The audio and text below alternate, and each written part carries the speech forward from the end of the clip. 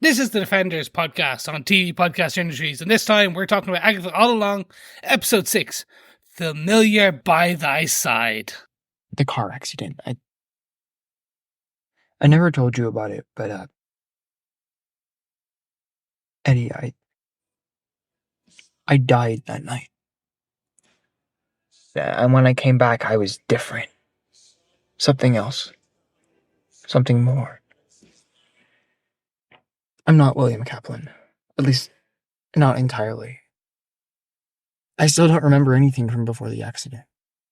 Just pretended to recover so my parents wouldn't worry.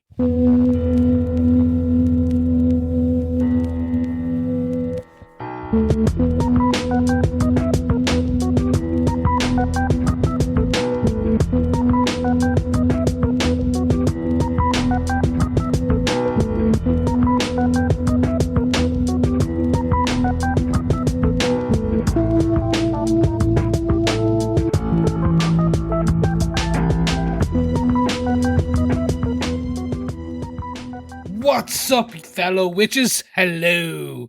We are in the month of October. It is getting spooky season, but we're not watching horror. We're watching Agatha All Along. You're listening to Defenders podcast on TV Podcast Industries, and I am Chris. I am joined by my spooky co-hosts to talk about what could be considered a flashback episode. Mm-hmm. We haven't had one of these in quite a while. Back to the Netflix days nearly, but it brings back some spooky nostalgia, and I'm here for it. Gentlemen, introduce thyself and be by thy side. Why, thank you, thy Christoph. It is I, John. Welcome back, witches, fellow defenders. Really good to be back, yes.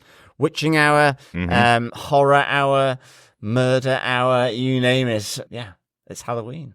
Yes, welcome back, witches. I am your other host, Derek. We are. It's the spooky season. It's fun. Yes. Yes. What a way to do it with this episode. Yeah. Absolutely. Bit of spooky nostalgia. A bit of spooky WandaVision.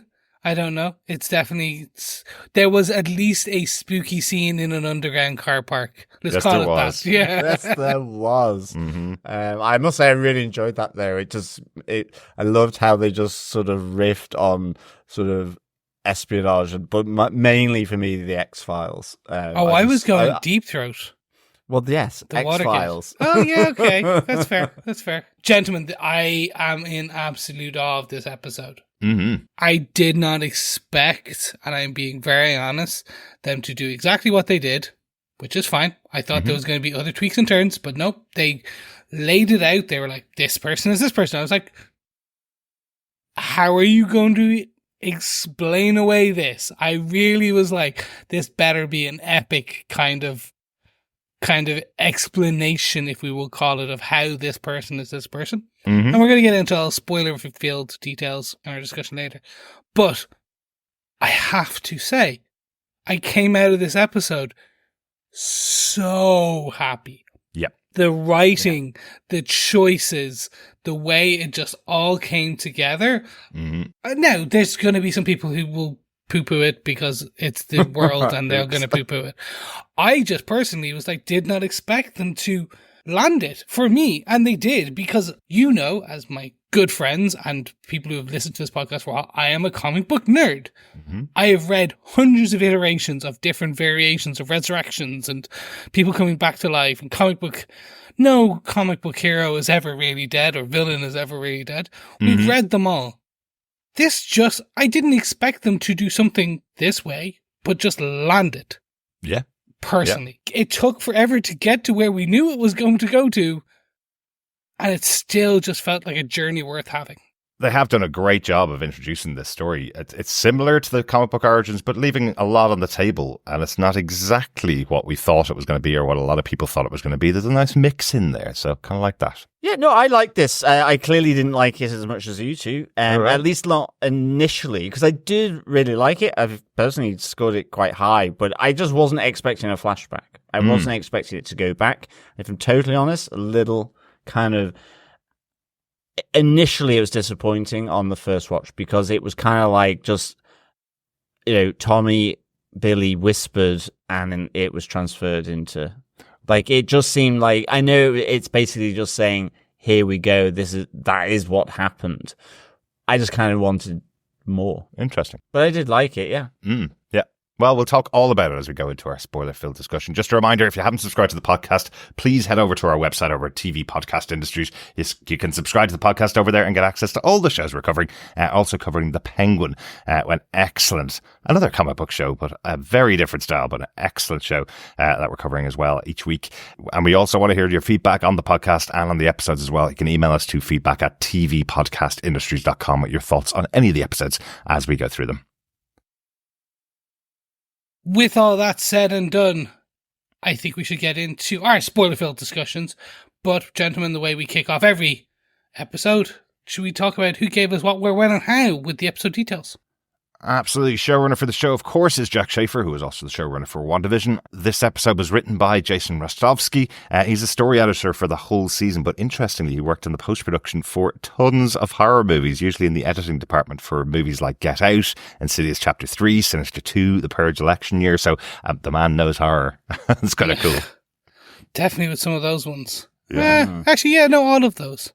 I can see all of those being in here slightly. Absolutely. The episode was directed by Ganja Monteiro. She directed 2 episodes of The Witcher season 3 and 2 episodes of the first season of Wednesday. Weird. I haven't thought about Wednesday since we binged the entire thing in a weekend when it came out first, and I know the second season is being made at the moment. But I can kind of see a little similarity with the style of Wednesday and the style of this show. I was thinking of things like Sabrina, the Netflix version of Sabrina, the New Adventures, was it? Or something like Chilling that? Adventures. Chilling Adventures of Sabrina. That had a similar style to Agatha All Along. Now, suddenly Wednesday pops back in my head and I go, oh, there's a little Wednesday style in here in Agatha All Along too. So Yes. No, absolutely. Yeah. Oh, that is cool. Johners, do you want to tell us what they gave us with your synopsis for this episode? Sure. 3 years ago, William Kaplan, a teenager from Eastview, was celebrating his Bar Mitzvah and had a palm reading with Lilia. Seeing something on his palm, Lilia writes the sigil spell to protect him, but forgets him as well. The party ends when an emergency call goes out as the hex over Westview, created by Wanda Maximoff, begins to fall. While driving past Westview, William's parents become distracted by the collapsing hex and have a car accident where William dies. At the same time as Wanda says goodbye to her sons, Billy awakens in an empty vessel of William's body.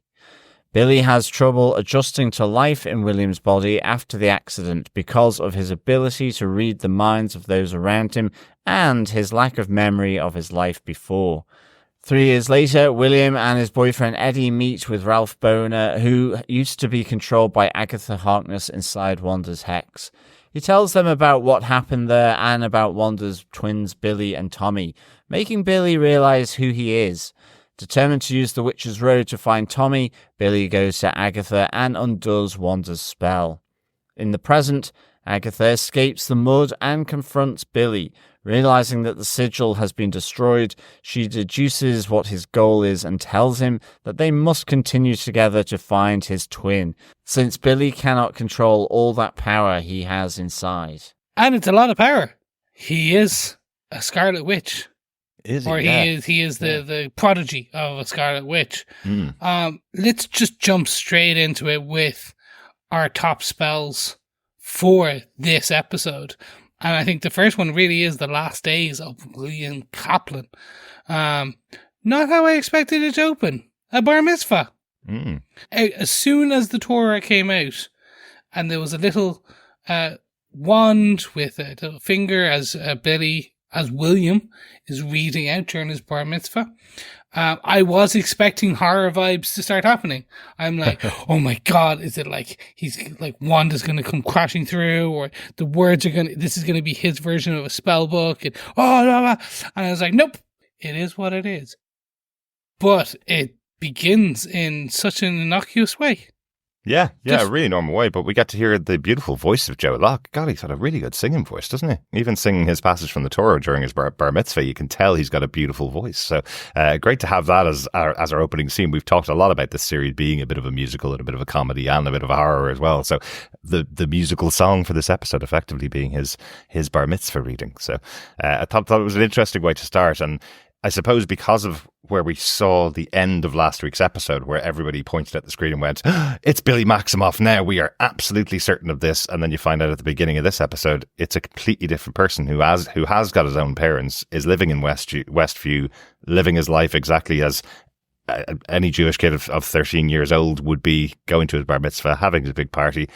And then that kind of put me back anyway, going, hang on a second, how's this going to resolve?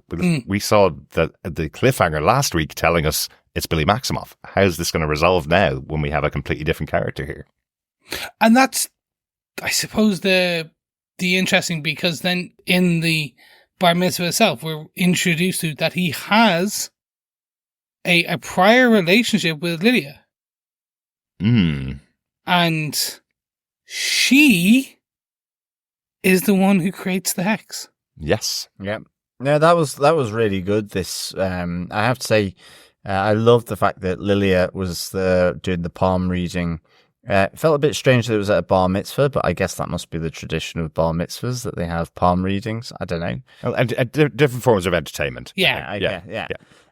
So, but yeah, I like that she kind of, looks at the palm, and it's kind of interesting compared to the other two that are in here, because I guess just the situation of the palm reading, the fact that she does the sigil and has that moment where she talks about the tower, it feels like she is that witch here, whereas the other two, I didn't really get the sense. Alice Wu, it was more, you got the protector element because she was, serve and protect as a cop. But this felt like she was still in that ball game. The other two didn't, certainly Jen. So I kind of liked this. I thought it was quite intriguing. Yeah, and I know what you mean, but I do wonder if Lilia here is actually just a palm reader. It could be, yeah. Like the phrase that she says is the tower reversed, which is, again, another tarot card. We've heard her mention tarot cards in the past and tarot readings in the past. And the tarot card she's referencing there, the tarot reversed, it's one that suggests a resistance to personal transformation. So what she's seen in William in front of her is that his lifeline breaks. He's going to become someone else, effectively. I don't think she realizes the severity of that it's going to be somebody else coming into his body. But she references this tarot card related to that reading that she's done. Also, if you notice, the crystal ball she's looking at the table has Billy in it, Billy upside down, the one that we've seen for the last 4 or 5 episodes. So whether she's seeing that vision and whether she's actually a magical witch here at his bar mitzvah or not, or whether this is a person that William has encountered and takes on the road with him later on. That's a little theory for a discussion later on. But while she's within that realm and the others aren't in that realm, I wonder if she is actually a witch or if she's just a practicing palm reader that he happens to meet on his travels. Yeah, I guess it's just closely aligned, I guess, that whole palm reading. So it might be that she's not at all a witch. And the fact that she does the sigil, though, is very different to any of the other characters in the episode. Yeah, I do believe she is a witch.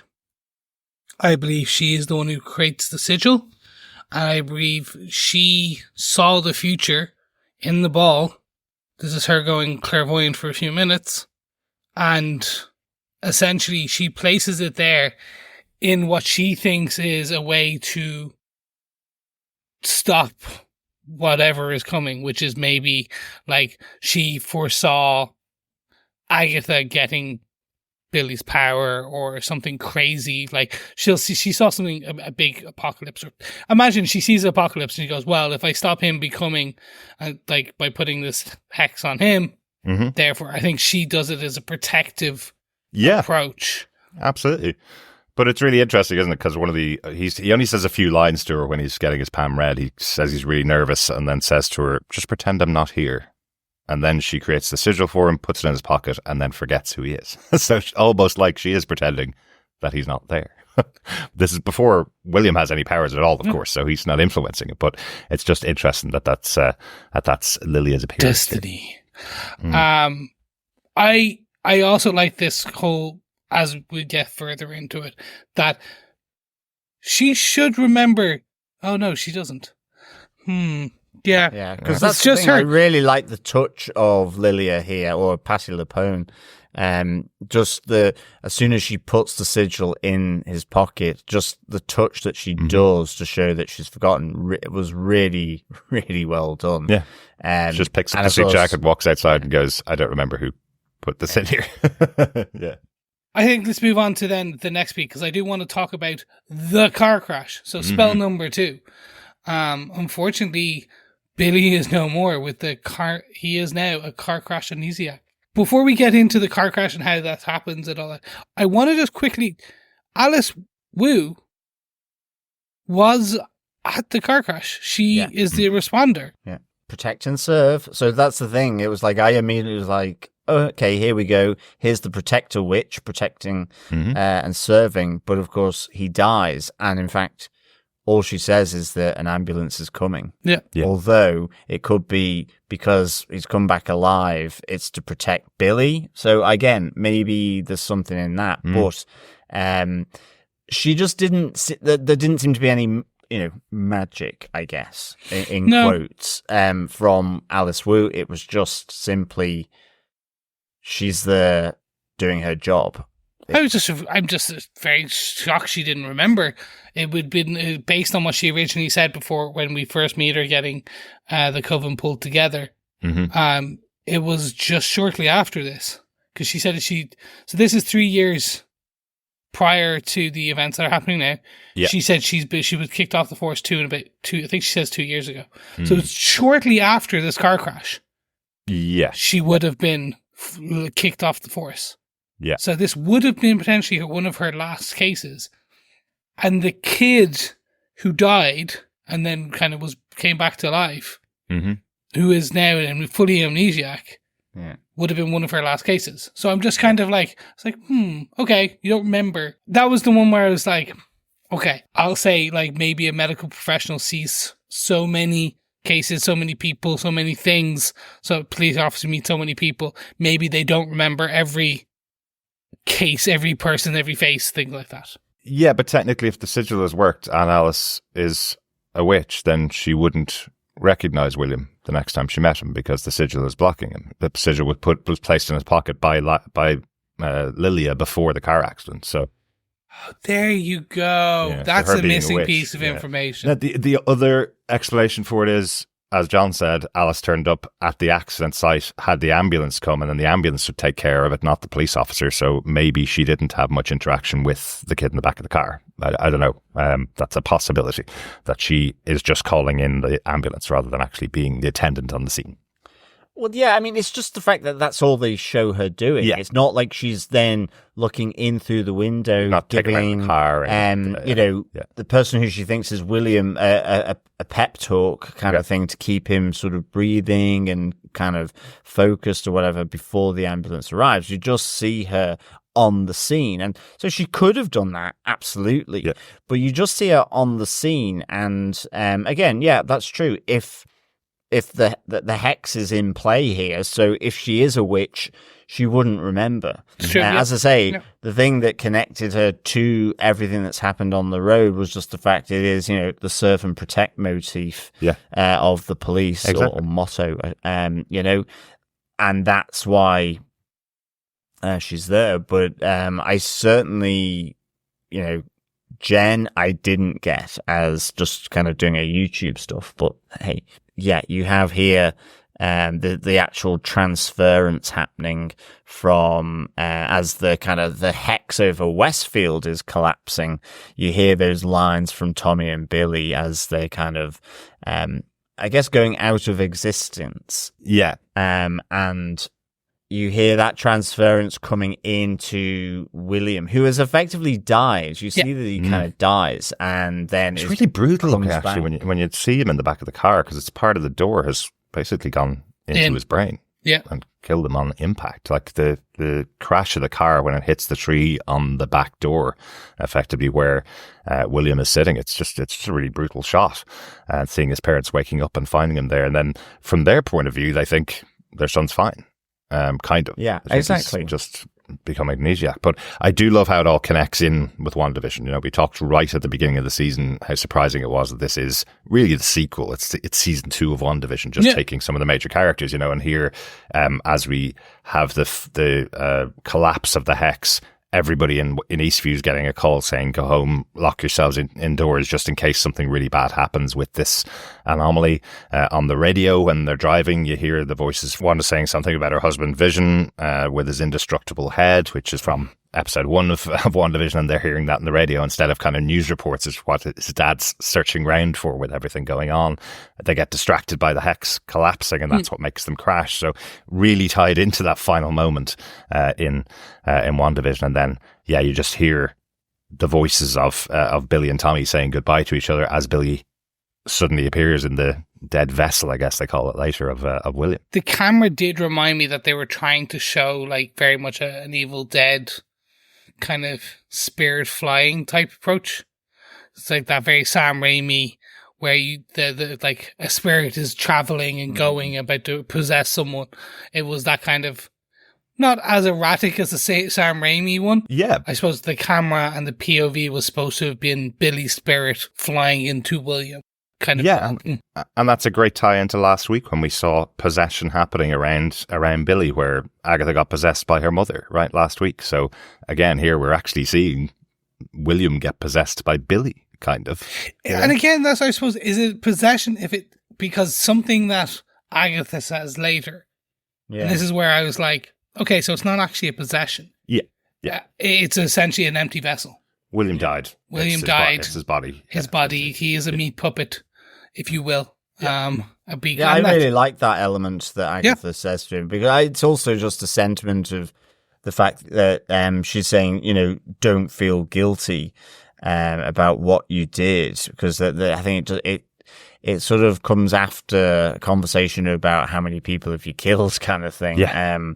But, you know, she talks about the person being a husk, and that meant that he was able to survive. Mm-hmm. Whereas the suggestion is that Tommy wasn't able to do that because, you know, Billy is the magical element, that is the magical twin, effectively, so can call upon those types of forces, whereas Tommy just has pure speed.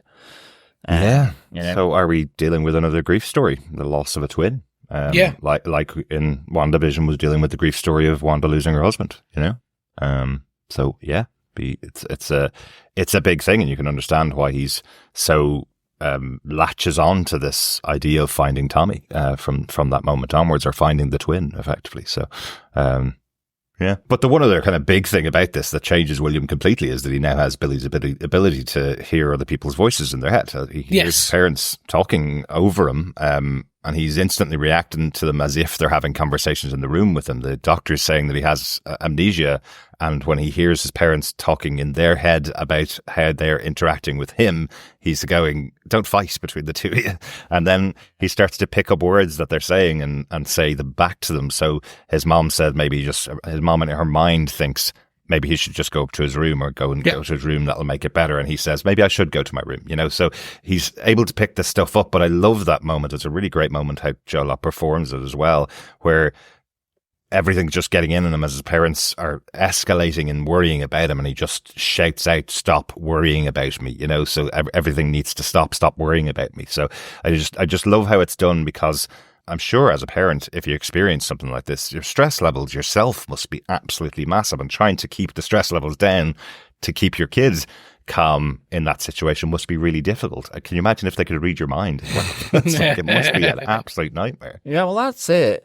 That's it. I mean, but this was what I kind of found, at least, you know, really intriguing and fascinating right at the start, because at the start, even though you kind of saw William die, you just didn't know whether it was just simply, as you say, that meat puppet, or whether it was kind of the spirit or the soul of Billy bringing William back to life. And then the freak out is not that it's Billy inside William's dead body and there's no William, and him suddenly being confronted and confused and disorientated because there's two different parents, but it's William inside the hearing his parents think because of the skill set of Billy. So I kind of found this really fascinating about where was it really? And that's what I thought was really good about this. And I guess it's to the point when Billy opens up to Eddie and he just says, I'm not William Kaplan. Well, not entirely. There's still part of him there to some extent, however you want to construe that. So I just thought that was really fascinating, deducing, because right at the start in my notes, I was like saying, is this William or is this Billy? I don't know. Yeah. Yeah, exactly. So it's really well done throughout the episode, and I found that really good. And even when he says to Eddie, I don't remember anything before the accident, you're wondering whether he remembers anything of Billy or William before the accident. Does he even remember either of those things? Because it seems like later is when he finds out that he is Billy. But we'll talk about that in 1 second. Sort of quickly talk about his bedroom as well. Yeah. The posters everywhere in his bedroom. Now there are posters for things like the Black Cauldron, for Bedknobs and Broomsticks, for Alice in Wonderland, for Houdini. Loads of things we'd actually mentioned were referenced on the Witches Road. There's even a right inside the door. You pointed this one out, John. There's a black and white painting of a kind of a wood or a forest. Yeah, almost like that Hansel and Gretel.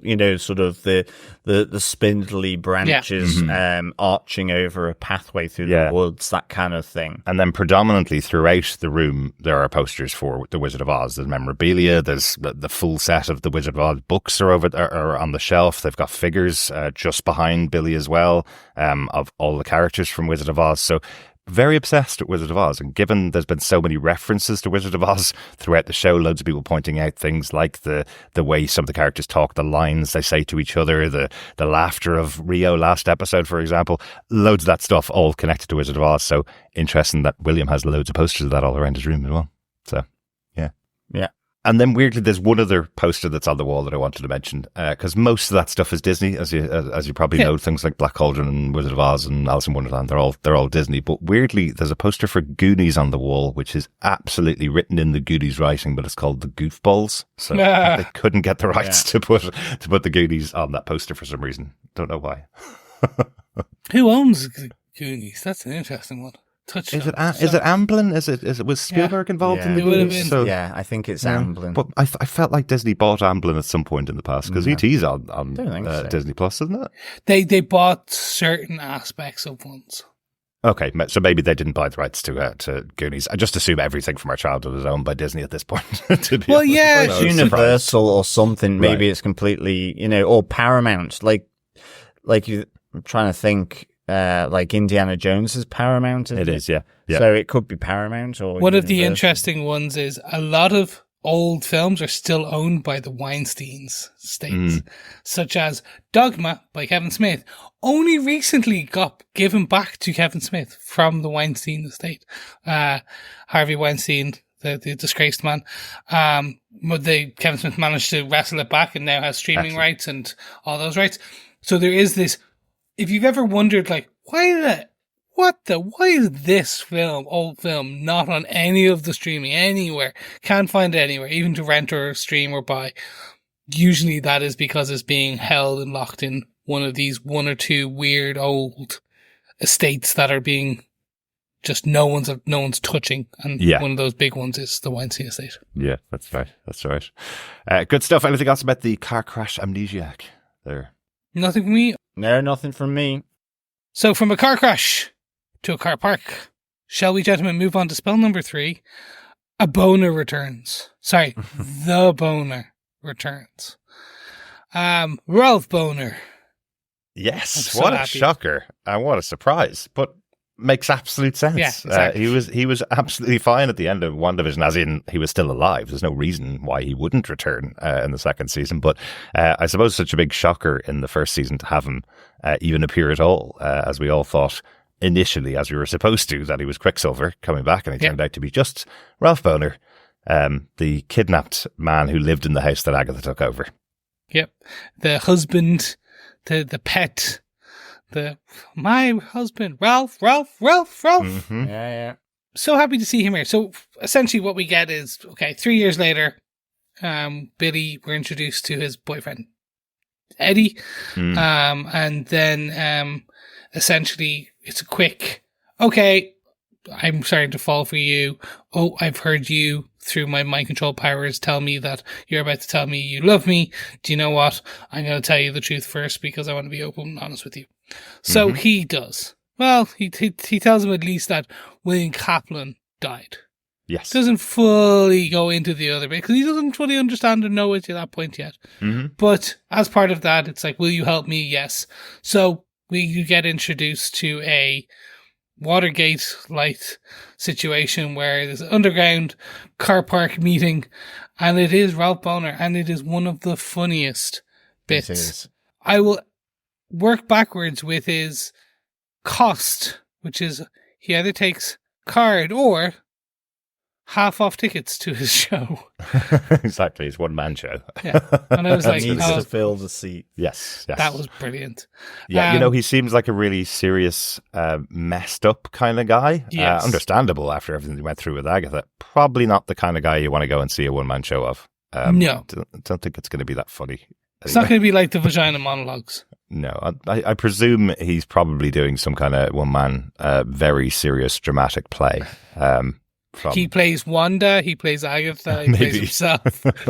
Maybe. From a guy who still laughs at his own name being Boner, as you can see from his Reddit handle being Bonerific69. That was so good. Nice. Like, he still thinks it's funny himself. So yeah, I said most people, when you whenever I hear someone like say the number, it's 68, I'm like, you were so close. Just one more cent or one more point. This is fun. We do get a lot of revelations for Billy about Billy and Tommy, about Wanda, about Agatha, and basically this is your exposition dump.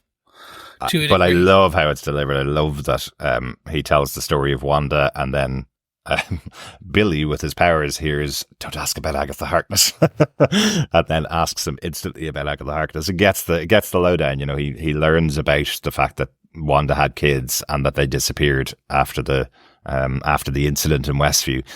I think there is a moment where I was wondering whether the souls of both Tommy and Billy were in the body, because we literally last week we only saw a minute and a half or even 30 seconds of the Wiccan power. I was wondering whether it would have been both souls that were inside this body, and that would be the discovery that we'd have here. But when he says to him, it's the mind-reading son, Billy, and the speedster Tommy, he realizes he's the mind-reading son. Yeah. So, yeah. No, this was really good, I think. I mean, it was also a bit tragic for old Ralph, but I mean, even his little bird skeleton or skull that brought out right at the end, I thought was really good. It's like he's warding off the danger exactly. of Agatha, and then he had like the witch repellent that he sprayed on them all. I just thought that was so good. It was really good to see Ralph Bohner back. I think, as I say, loved the kind of Deep Throat, no pun intended, and X-Files kind of vibe to this. And that's the thing. I think I thought Eddie was really good. I like, because you not brought us to a more murderous location. Absolutely. Could we not have been like with light and public and where there's more coffee? Then the guy comes out with the hoodie over, acting really sort of weirdly. So I thought the fact that he's really good. The fact that he's wearing the trench coat and hat as well, it shows you that Ralph is a person that watches a lot of TV, and this is what he thinks he should be seeing. So I'm sure he has the box set of the X-Files on Blu-ray, which he left behind in his house with Agatha. Well, that's it. And again, to your point around like the bit in the car where you have Eddie and William kind of, giving their feelings and so on. But you do have William saying, "I don't remember before the accident." Yeah. And I like how that, again, it's just that intrigue. So is that as William, as Billy, or as both? What is that? So, and even when Ralph tells him about Billy and Tommy and says about the mind reading Billy, but is that as William that he wants to go back and investigate about Billy and about Agatha? or both, or it's Billy. So again, it was just really nicely flowing through this episode, and it was great to have Ralph Boner, and also you pointed it out to me, the T-shirt that Agnes has on, which I really hope they commercialize. It's fantastic. Yeah, of course, she's still living in Ralph Boner's house, as he mentioned. He basically stole his entire life, including his house, and then destroyed the property value. But she's wearing a Boner family reunion T-shirt, which says "Pitch your tent" at the bottom of it, which is hilarious. So I love it. I think it will sell in the millions if it comes out on from Disney. It's really good. Also, love Eddie in here. Interestingly, I think we might have mentioned it before, Billy's boyfriend in the comic books is Teddy. So maybe it's just a slightly changed name. They still come from Edward. So maybe it's just a slightly changed name, or else it's not Hulkling, or they don't want to confirm or commit to that right now. Maybe I think it's the confirm or commit. Yeah. Again, remember, this was, I think you said this to me, and I only keep remembering it. This was filmed and wrapped last year plus. Yeah. Like, this is a while old, and it was held to be this time for this year. Mm-hmm. So my sense is they didn't know what was fully happening, where things were fully going, and they're being a lot smarter and kind of like, hey, well, we're going to give some hints towards future stuff, but I don't think they want to commit fully anymore. Exactly. Exactly. One other thing I do want to mention about the scene between Billy and Eddie is their kiss on screen. Big moment between the two of them as Eddie's about to proclaim that he's in love with Billy. The only reason I mention it is because when Rio and Agatha were having their moment with each other, I think it was 2 episodes ago, they didn't kiss. When Rio stopped the kiss before it happened and said, "He's not your son," about the teen. And people just thought that was the usual Disney Marvel avoiding having any LGBTQ real representation, basically. So we know they've had a relationship in the past, but don't show them kissing on screen because then the numbers will go down. But I think there's some other reason for that.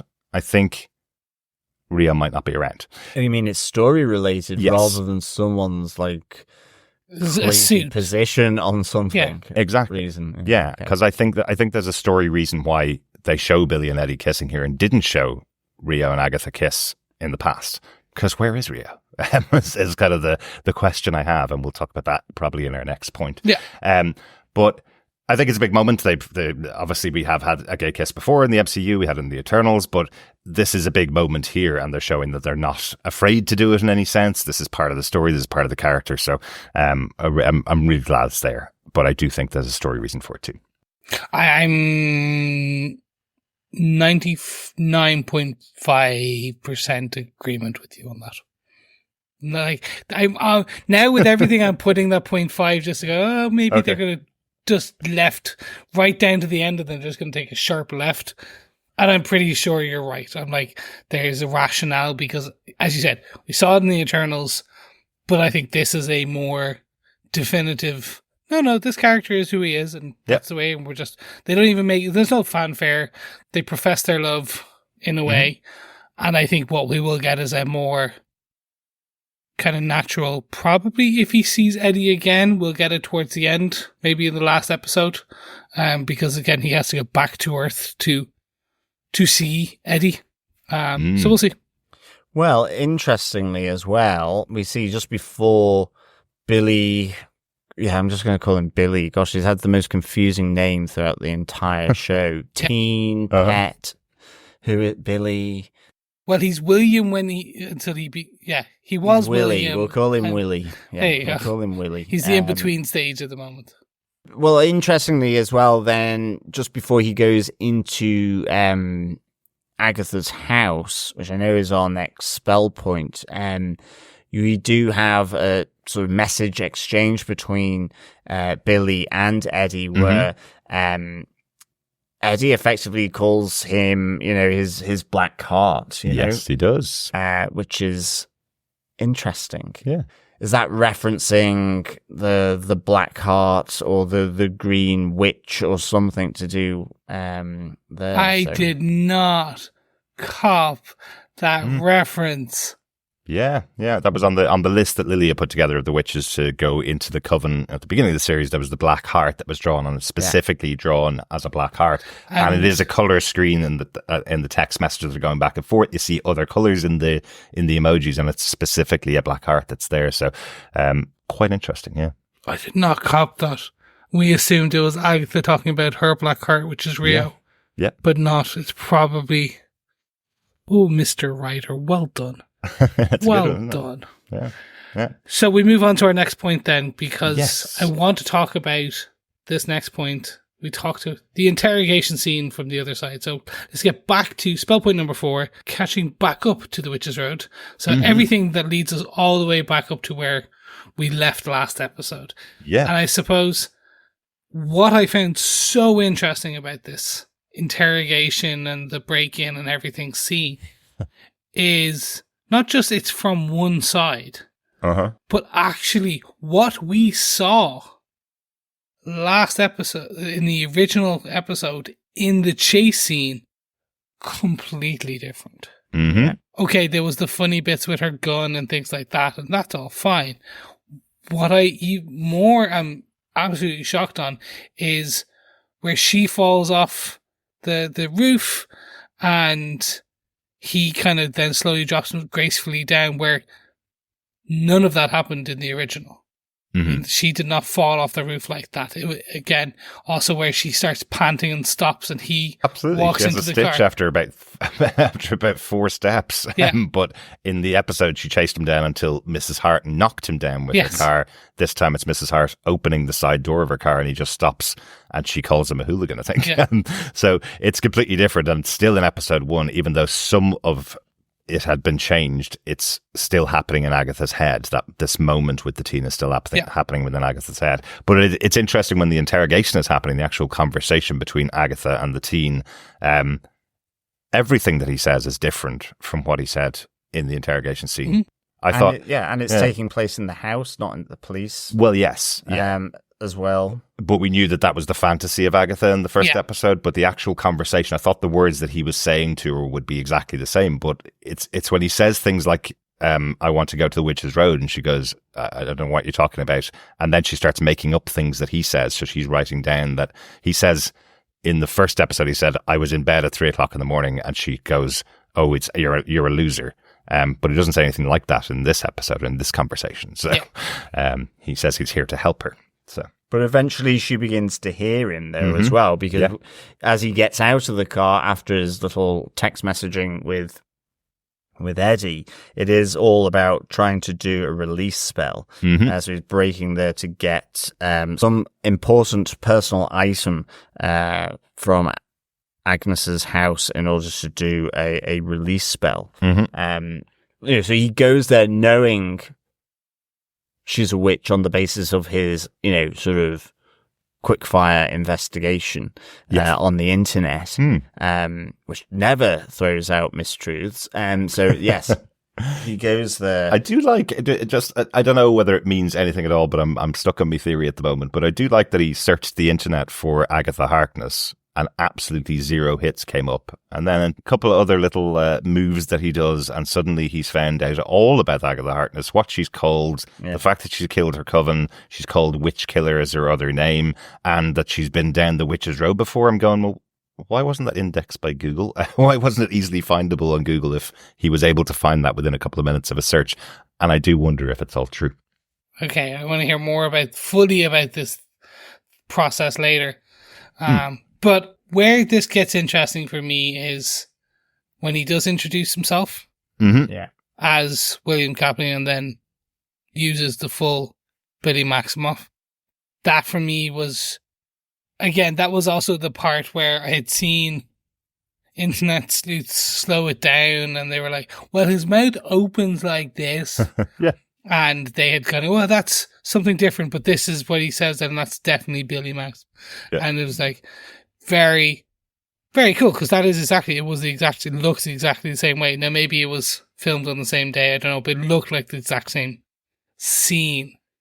Well, apparently, originally, Jack Shaeffer was saying that it was just supposed to be a beep or a buzz over him saying the words, but they wanted to make it a bit more elegant and didn't want people just to be able to read lips, basically. So they did that stitch over the top of it. So he filmed the scene. Of course, it's not practical, but they wanted to obscure it a little bit more in post production. But it wasn't the choice originally. It was just going to be there, and people would be able to read the lips. So probably did see Billy or William, and it's just interesting that he said both. So yeah, it's interesting that he starts out with "It's William Kaplan" and then says "It's Billy Maximoff." So he changed the name when he repeated it, which is interesting.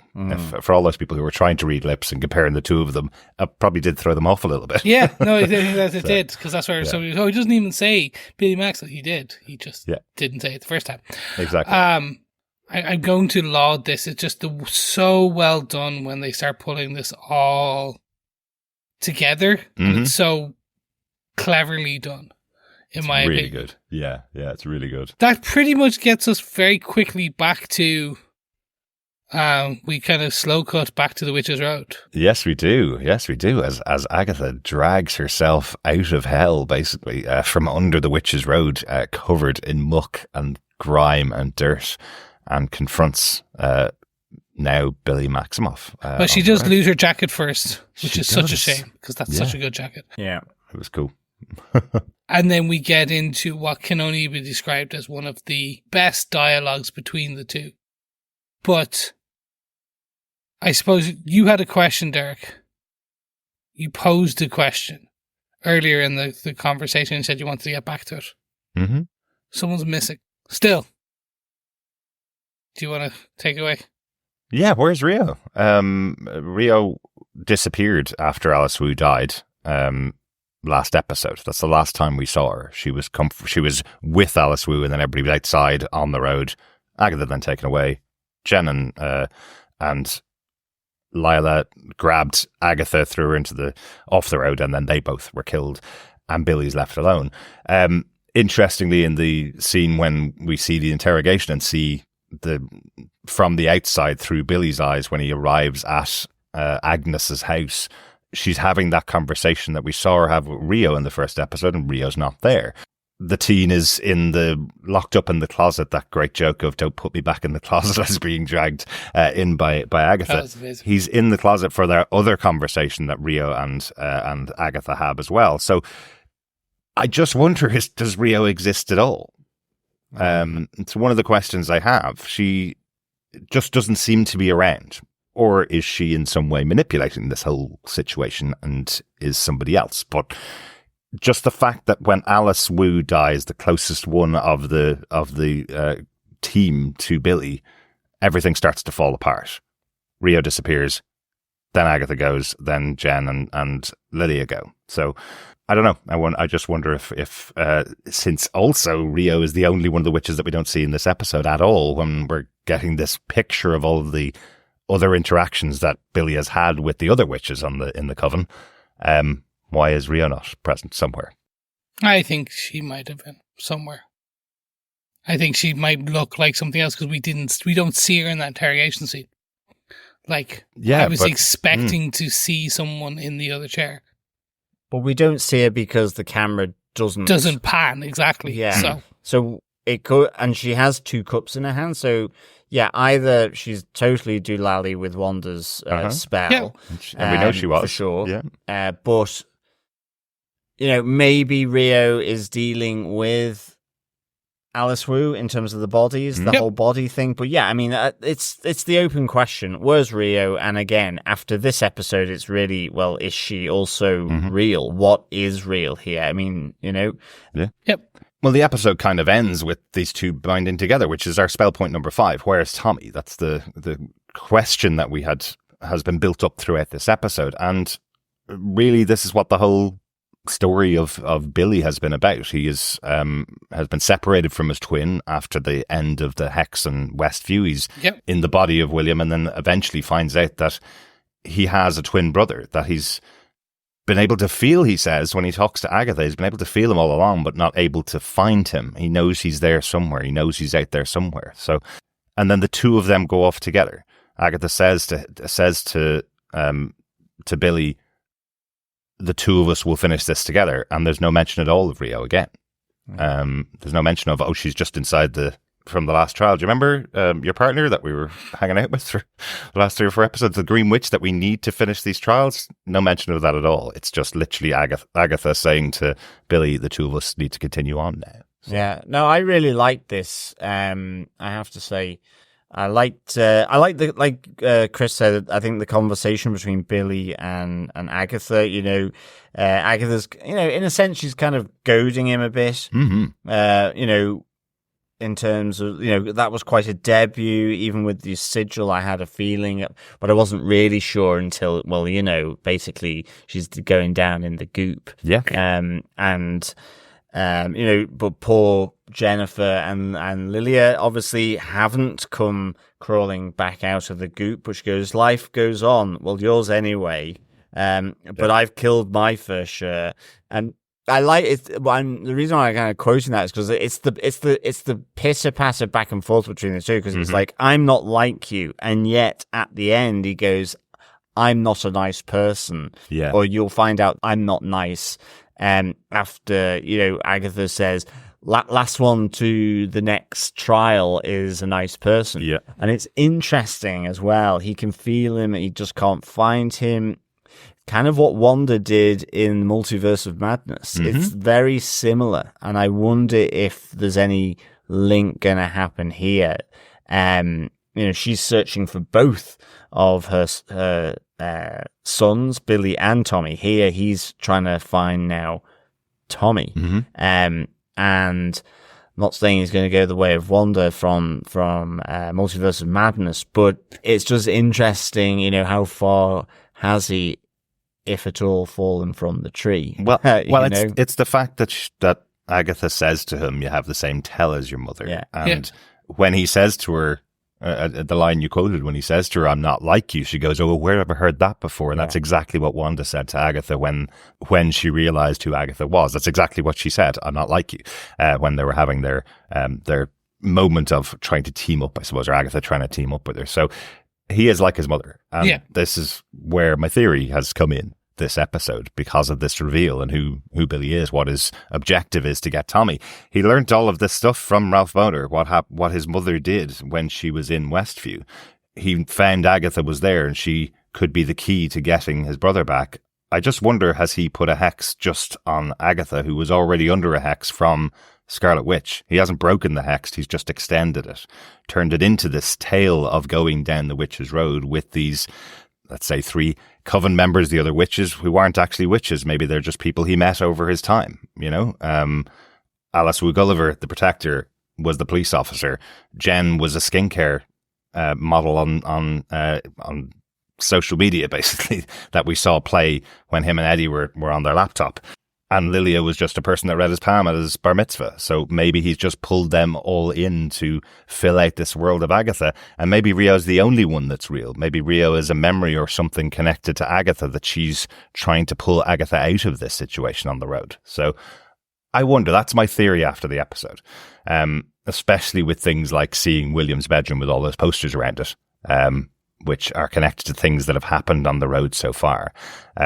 So I feel like he's pulling from his memories, just like his mother pulled from all of those comedy shows that she watched when she was a kid. Well, it's even as well Agatha not really knowing how to complete the road, not wanting to fulfill the trials. Exactly. Because actually she hasn't done this before at all. This is a dramatic way for Billy Maximoff to find his brother. She even says it, doesn't she? Yeah. She even says to him, you can tell you're a Maximoff, otherwise this whole place wouldn't be this dramatic. So it sounds like Billy's created this whole place, because she would have known what it looked like if she'd been down the road before. And what a great way to do it. This is just season 2. It was all a dream. Yeah. It was all another hex fashioned by another Maximoff on Agatha, to get what he wanted out of it, to find Tommy. And just, I want to go back to that Google thing, because I mentioned it when he was Googling Agatha and got no hits. He's listening to Lorna Wu's Down the Road, the Witch's Road, the ballad. It's the line that ends the song, that really powerful line of "I will see you at the end of the road." and suddenly things start to click into place for him, his Google search. Now, that could just be editing. That could just be, obviously, you get to the big power moment of the power ballad, and that's when the Googling starts to work. But he's suddenly finding all of this stuff about Agatha being on the Witch's Road while he's listening to this song. It feels more like it's inspiration for the possible hex that his mom was able to do, so maybe he's going to be able to do it as well. Yeah. There's the theory. I like that theory. It's definitely a good one. Yeah, I like it. Different. I don't think they'll go that way personally, just because of the setup of a few things. I think they're gonna want to kind of follow through. Yeah, no. To be fair, this is the same. The reason I only say this is they went with the exactly obvious thing that we thought it was going to be, i.e., Billy was Billy, Billy was William, but they just built it in a way that just kind of came together very well. Mm-hmm. So I think that personally, I think this is the Witch's Road, but there will be additional reveals and kind of stuff. Just it will be delivered. So it'll be exactly what it is, what we are seeing. They're on the Witch's Road. It is what it is. But it will just be delivered in a way that we're like, oh my God, that came together really well. One question I do have though, when did Multiverse Madness happen in the canonical?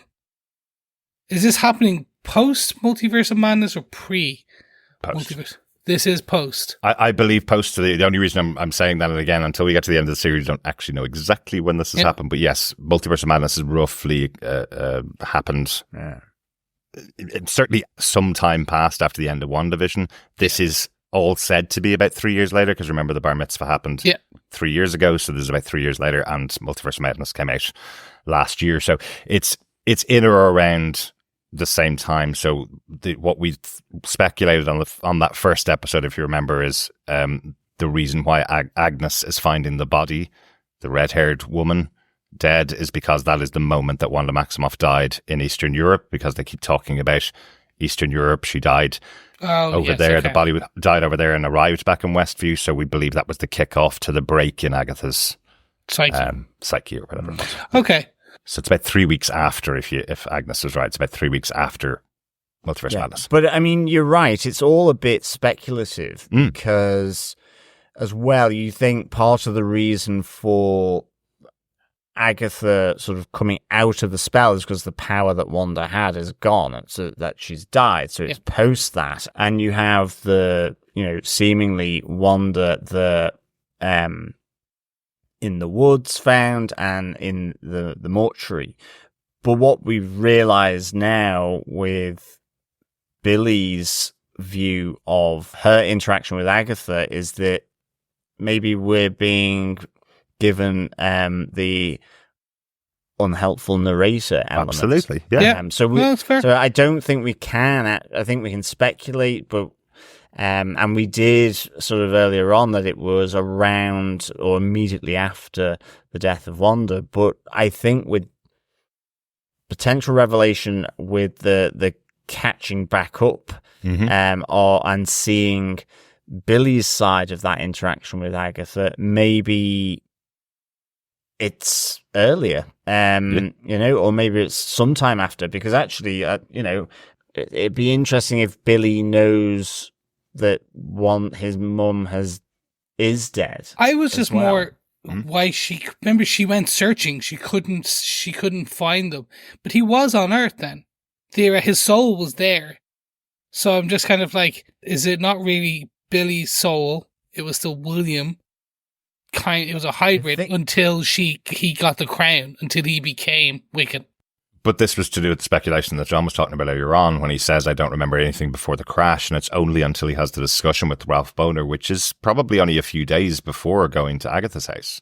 Yeah? Yeah, okay. And Agatha's been like this for a few weeks, if our speculation was right. So he doesn't know he's Billy, he doesn't know he's William, he doesn't know anything, he's just been this person since his 13th birthday. But it's also the sigil. The sigil works on all witches. Yes, it's very basic magic and so on, but effectively the sigil that Lilia would have done would have hidden Billy from That's it. That's your Wanda. smoking gun. That's would have. Yep. And interestingly, doesn't Agatha say you're now visible to any witch with a beating heart in the world? Yes. Yeah. So if we got the timeline all wrong and Wanda is actually still alive, she could be suddenly called to her son. Yeah. No, but that's it. Like, but literally, that's your explain away smoking gun, which is the sigil. Yep. Well done. Thank you. I didn't think of that. I was trying to, in my head, I was like, well, this is canonically doesn't make sense, but now it does, no matter what way. Okay. Well, it does end with 2 of our witches still in the mud. Mm-hmm. 1 of our witches MIA. Yeah. And then 2 other witches, and last one there is a nice guy on the road to the next trial. Yeah, because for the first time, actually, Agatha says that he's a witch now. She's been calling him just a familiar, and that's the name of the episode, but she's been calling him a familiar. She's been just calling him her pet sometimes as well. But she says to him, how did you get that meat skin? Effectively, that was the quote that you mentioned earlier on. But you said you survived, as witches have been doing for centuries. You survived. That's what makes you special. That's what makes you a witch. So he is now deemed a witch by Agatha, at least, or a Wiccan by Agatha, at least. So, so there, I thought that was interesting. I was expecting him to go, "I'm not a witch. I'm a Wiccan. That's my name. I'll wear a big W on my chest from now on." Wonder Man. Oh yeah, that's Wonder Man. Yeah. But, gentlemen, then I think it's time, unless you have anything else on Where's Tommy, should we move into notes? Does anyone have any notes for this episode? I just have one or two quick tidy things, if you guys don't mind, or if you guys have any others, please throw them in. Interesting that Eddie knows about Westview, because obviously he lived in Eastview at the same time, but the hex falling down or falling apart and what happened in Westview was covered up as an Avengers training accident. Yeah. Interestingly. I thought that was interesting. nice to tie that in, because we've never really heard about the hex afterwards, right? Other than a little mention in Multiverse Madness. So interesting that everybody just thinks, oh, it's the Avengers. You know what happens with them. They destroy entire cities or entire towns or villages, whatever you call Westview. And yeah, Ralph Boner says he's the one that poisoned Wanda's dog. Wasn't that actually a line in the Agatha All Along song where Agatha says, "And I killed the dog too"? Now, I know Ralph Boner was under her control, of course, so technically Agatha instructed him to poison the dog, but interesting that Ralph is taking credit for killing their little doggy. Well, I don't think he's taking credit. Well, he does kind of say, "I even killed the dog," Yeah. He said he had the worst deal. Yes. So I don't think he's like, and guess what? I just think it's interesting because we were saying there was kind of that thing about Agatha last episode where I was saying I wonder if she is as bad as she makes out she is. That a lot of the things that are happening are potentially out of her control. And one of the things she did take credit for in the song was killing their dog. And actually it might have been Ralph Boner that did it. One note from me, which is, again, her narrative in the dialogue between these two characters at the end.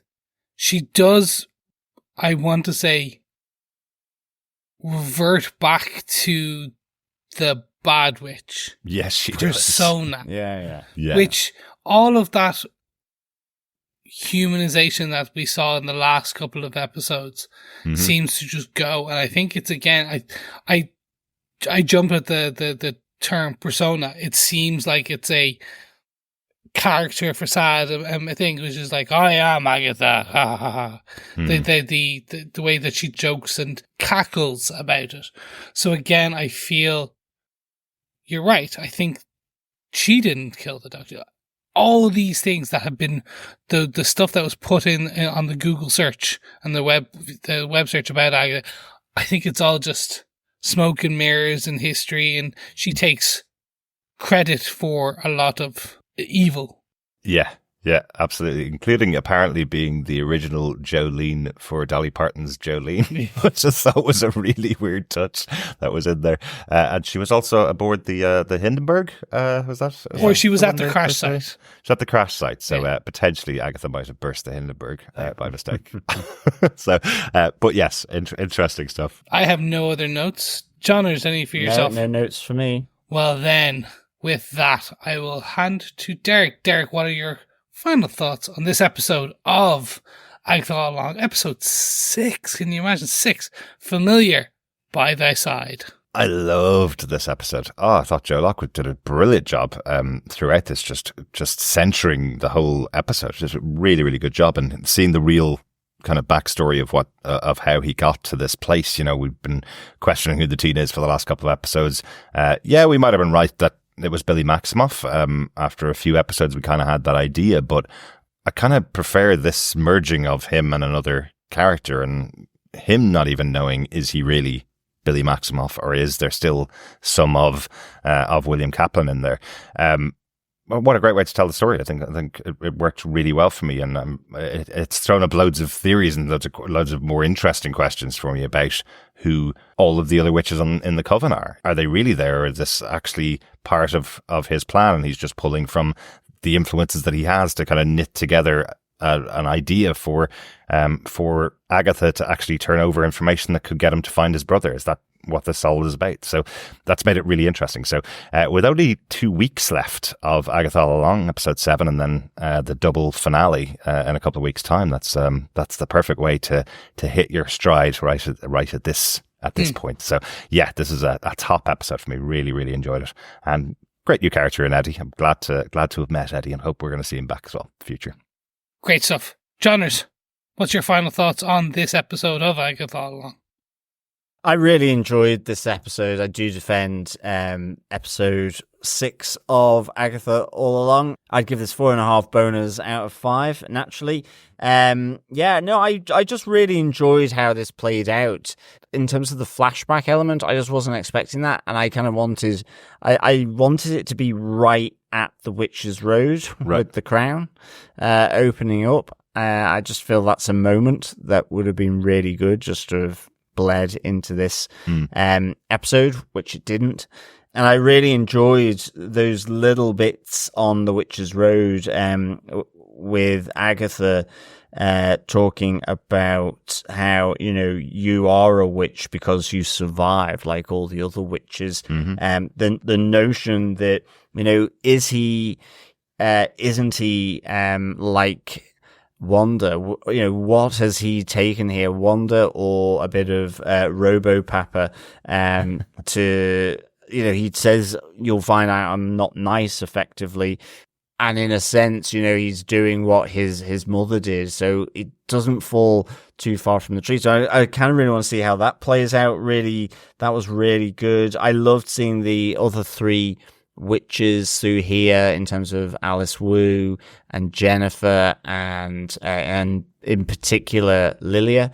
I really hope Lilia and Jennifer also manage to climb out of the gloop in the same way that Agatha did, because I just feel Lilia needs her trial, if I'm totally honest. Of all the witches, I feel this constant sort of almost Tourette's-like splurting out of information deserves something, and I'm hoping that we'll get that. Oh yeah, I really wanted to write down all of her lines. She says things like, I didn't like this the first time in the last trial. She says, you know, she tells Alice, don't save Agatha, I think, or don't try to save Agatha, something like that. So she's definitely been round once on this journey as well. So I wonder what else she's going to see in the future if she does come back. I hope she does. Yeah, no, absolutely. And as I say, great to have Eddie in here.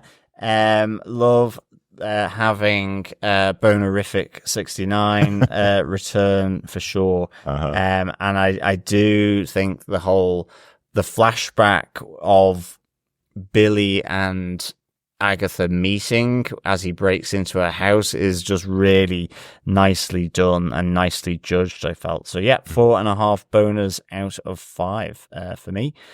Chris, do you defend this episode of Agatha All Along, episode 6? I do. Not much more to add outside of what you guys have already talked about. For me, it felt somewhat nostalgic. It felt like one of our Defenders podcasts episodes, in that we always, a staple of those original shows that we covered was a flashback origin like episode, and this very much gave us that here's all the information you previously missed and didn't know, and here's it from just a new perspective So there you go. This is where we get to. And by the end of this episode, here's all the information that you didn't know. Here's the scenes from a different perspective, and really get into the nitty gritty of like the origin of X character or person. So that's where it felt very nostalgic. But this worked again.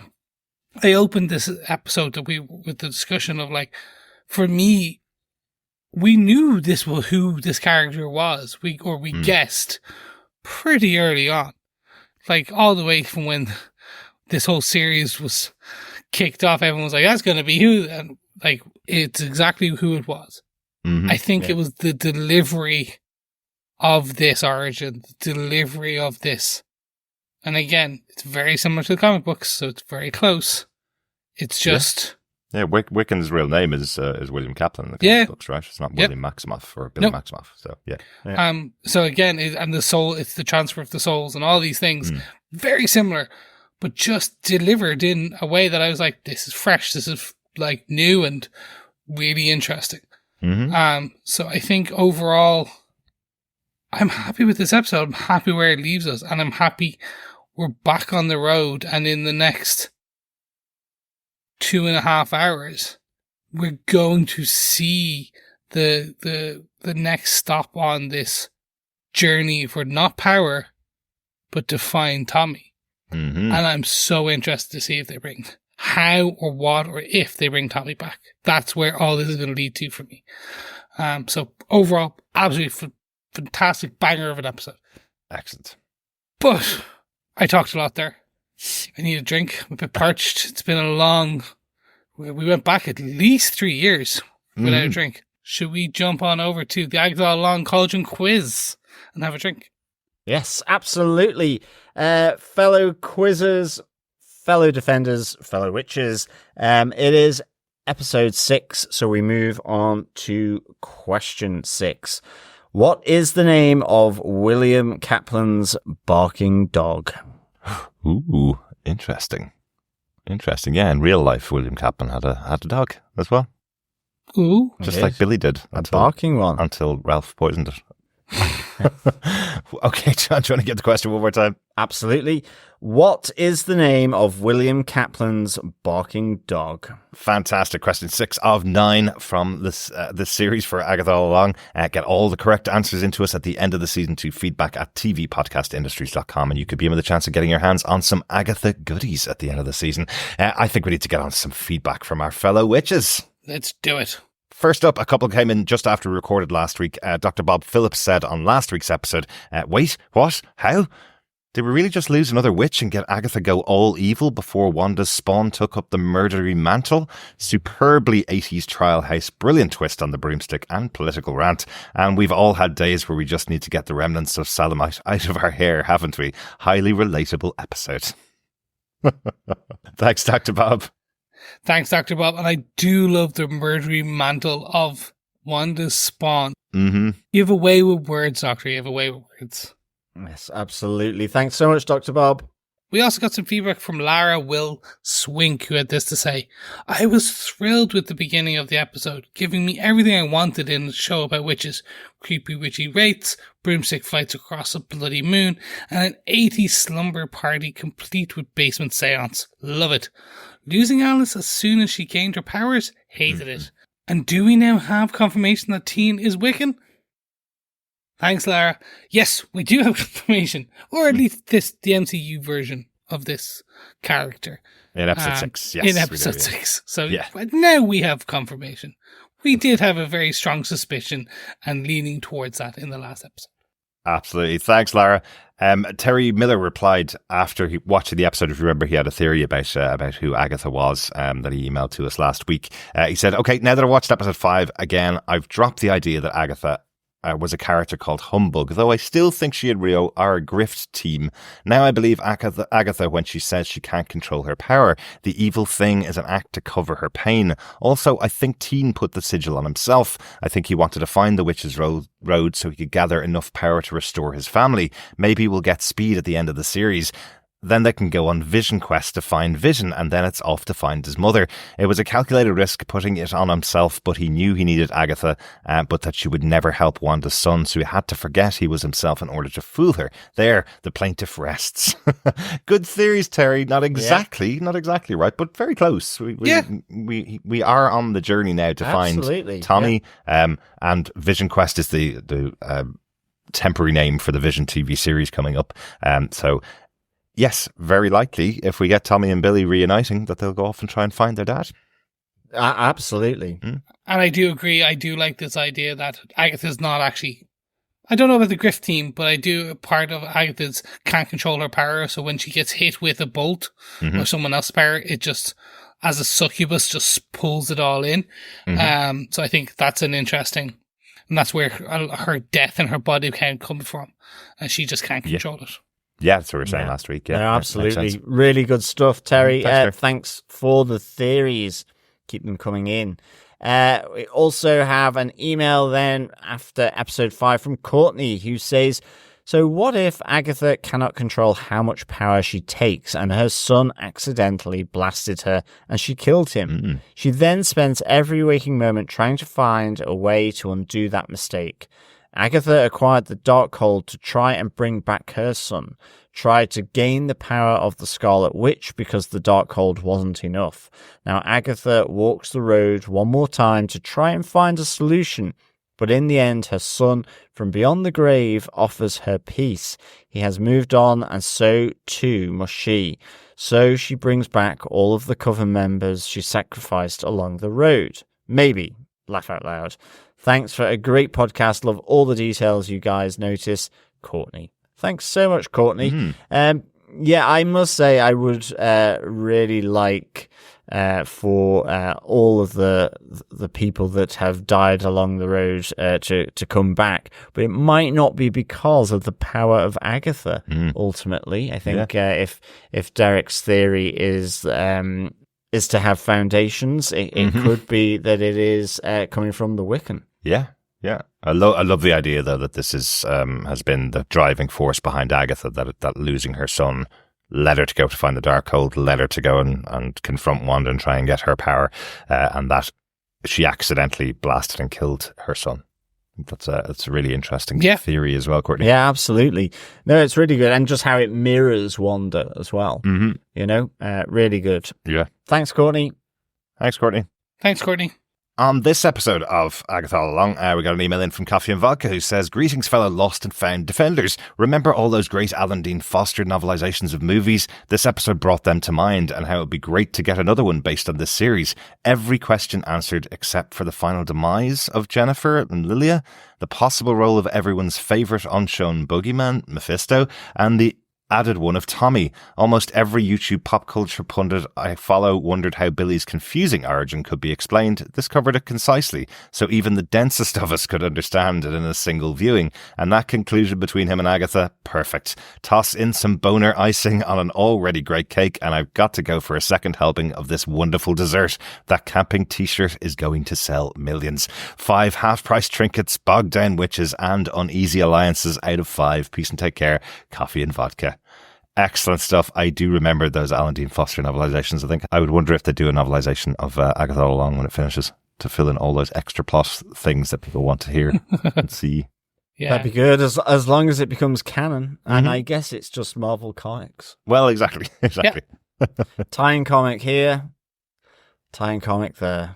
Tie-in novelization everywhere. They've really stopped doing that a lot in Marvel. They've just kind of taken the names of things and then the writers do their thing on screen, and then they don't really tie it back into the comics in the same way. They don't, because the entire Marvel universe is all connected, they don't really do as many tie-in comics as you'd expect them to do. Not so much anymore, yeah. No. Very, very quickly as an aside, Marvel holds these Marvel writers and MCU writers and MCU retreats, we'll call them, where they actually plan out the comics and the universes and the MCU and a lot of that years in advance, right? So at least the next 2 years of content, so they know where they're going. So essentially, we know Wonder Man has a show in production. So his character has been not defunct, but not around in the comic books for years. Yeah. You'd Like, he's only just- ever see him in the big crossover Yeah, event. exactly, You'd see him in yeah. the background. He'd get an issue maybe in a big event, but not very often. Yeah. But what they'll do now is bring his character slowly back into the forefront of the comic so that there is more content around now for him. So it's corporate synergies, if you want to call it that. Yeah. But really, it's just so similar to Miss Marvel, where when she came back, the Kamala Khan, she became such a household name, such a big thing because of also her thing. She got a second comic book run after her TV show, and then also went on to, she was already in the Champions, and then the Champions got another run and series run. So again, it's the synergy, but I do see potentially Wiccan interest, and we already know Agatha interest has already spiked from the last WandaVision, but I think Wiccan interest spiking even further now. But it's still not the Catherine Hahn version of Agatha in the comic books. They haven't turned her that way. They haven't created the coven around her. But all of these characters are in Marvel comic books, but they just don't relate to the characters you see on in terms of screen. connections to the movies, because it is that America Chavez would be in the Young Avengers as well. So that's going to be an awkward conversation. Okay, excellent. Grant. Oh, yeah. No, so I was around with the death of your mother. Yeah, exactly. Yeah, that's true. Yeah. Yep. You know, and even with Doctor Strange, because like a lot in the comics, Wiccan and Doctor Strange definitely have like a relationship. Absolutely, yeah. So Yeah. it'd be interesting how they sort of translate that over. Will it be like the comics, or is it going to be a bit more fraught, I guess? But, Yeah. Absolutely. But all that to say, interesting, and thank you so much for that feedback. Coffee and vodka. Yes. Gentlemen, should we move on to some additional Facebook feedback we have for this episode? Where first up, Paul Xianxi Li said this. 1. Lovely to see the rest of the coven, except Rio, getting cameos across the episode. Also, an unexpected brief return for Ralph Boner. Number 2. I posted the theory to another podcast that Wanda has sent Billy and Tommy's spirits away when she took the hex down, that they're possessing other kids, and Wanda had cast the sigil herself. Well, I was wrong, both in the details and right in the big picture. Mm-hmm. Aside, well done, Paul. Never would have guessed that, but good catch. Number 3 from Paul, inspired by the podcast Biff at the Incomparable Network.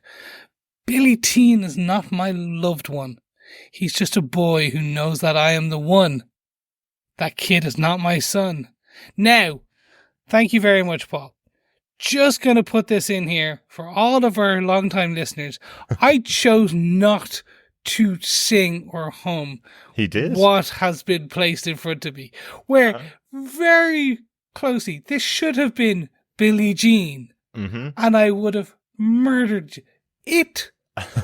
Your memory of this song, and beyond that, your eardrums. But it's So it's please let it be Halloween. It's Halloween. We need a scare, a fright. scare. Exactly.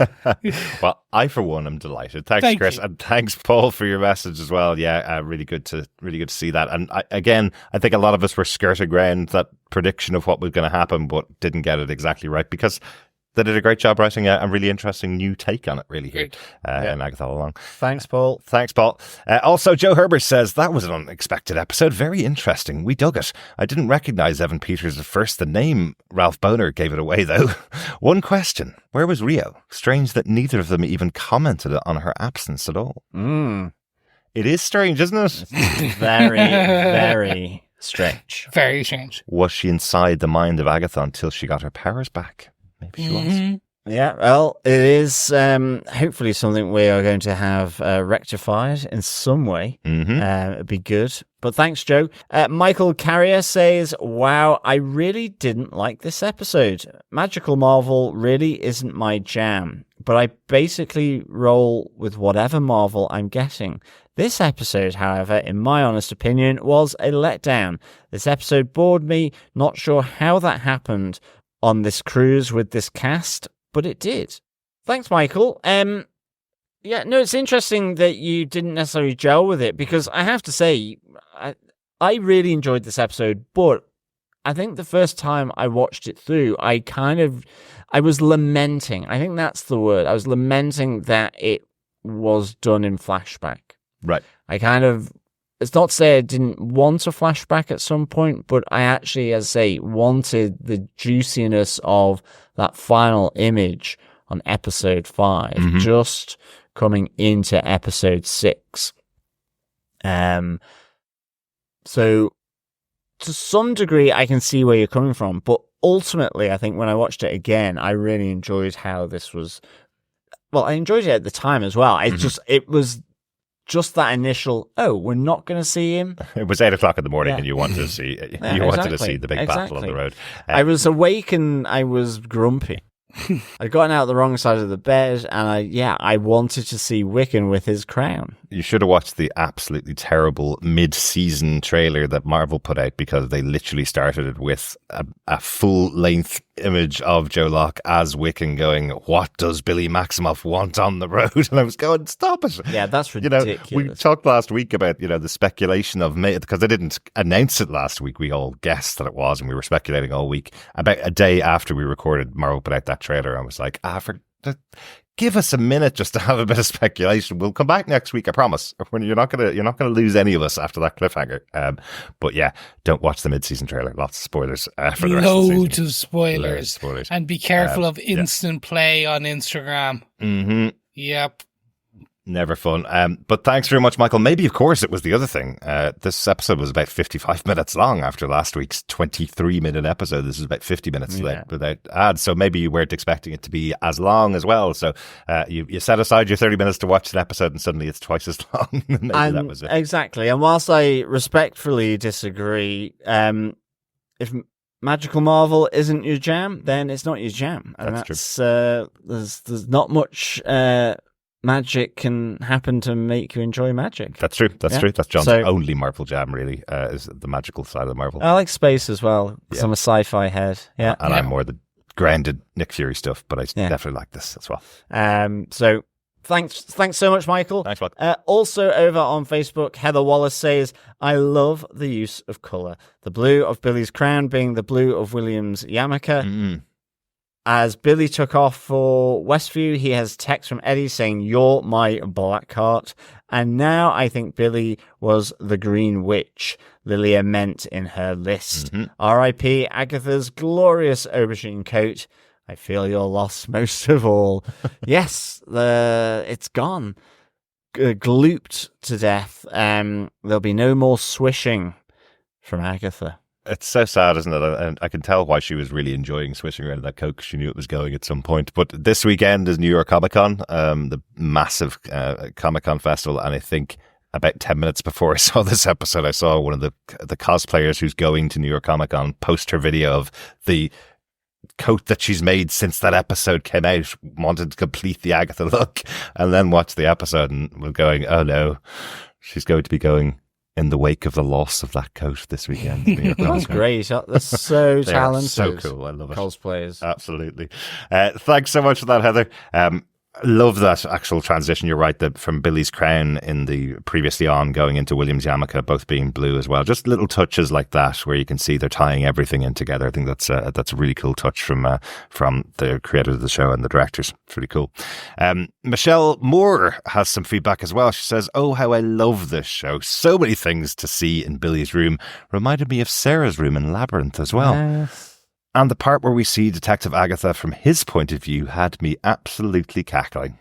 It was really good, wasn't it? Where Billy's just kind of going, she's not even answering my questions anymore. And when she tries to write with the pen and she keeps pressing the button too many times, it's like, it's not going to write like that. Now it'll write. Now it won't again. Now it will. And then she would try and write her notes and throws it across the room. Really good scene. Really enjoyed it. Absolutely. Thanks, Michelle. Thanks, Michelle. Thanks, Job. And finally, we have feedback from the one and only Dr. Bob Phillips, who had this to say. Flashback title for a flashback episode. At least, as we were singing the other title through 2 versions, we think it is. Also, don't put me back in the closet. What a line. And awkwardness, I love you too. Surely experiences we've all had. I love you too. Yep, definitely an experience most of us have had. And don't put me back in the closet. Definitely experience I think my co-hosts have had. And, don't you dare. Don't you dare. I love the idea that just if you take out what Billy's reading in Eddie's mind. He has literally just turned to his teenage boyfriend as a teenager and gone, I love you too, before he said anything to him.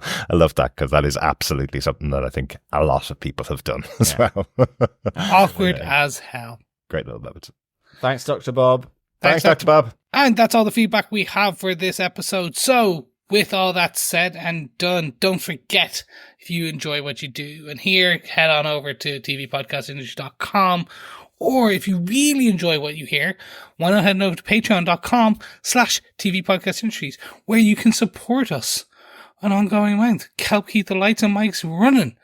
Or just head on over to tvpodcastindustries.com, go to all the links, find us in all the podcast catchers and Apple Podcasts and all those fun things at Spotify, and leave us a review and rate the podcast because it helps our visibility. But more importantly, share the podcast, because sharing the podcast is what, gentlemen? Sharing the love. It I is. love you too. I mean, yes, it is. We'll be back next week with Agatha All Along, episode 7, which is on the 23rd of October. So thank you very much, and we'll see you again next week. Yes, thank you so much, fellow defenders and fellow witches and fellow quizzers, for joining us. Until the next episode, another little step closer to Halloween. Keep watching, keep listening, and of course, keep defending. Bye. Bye. Bye.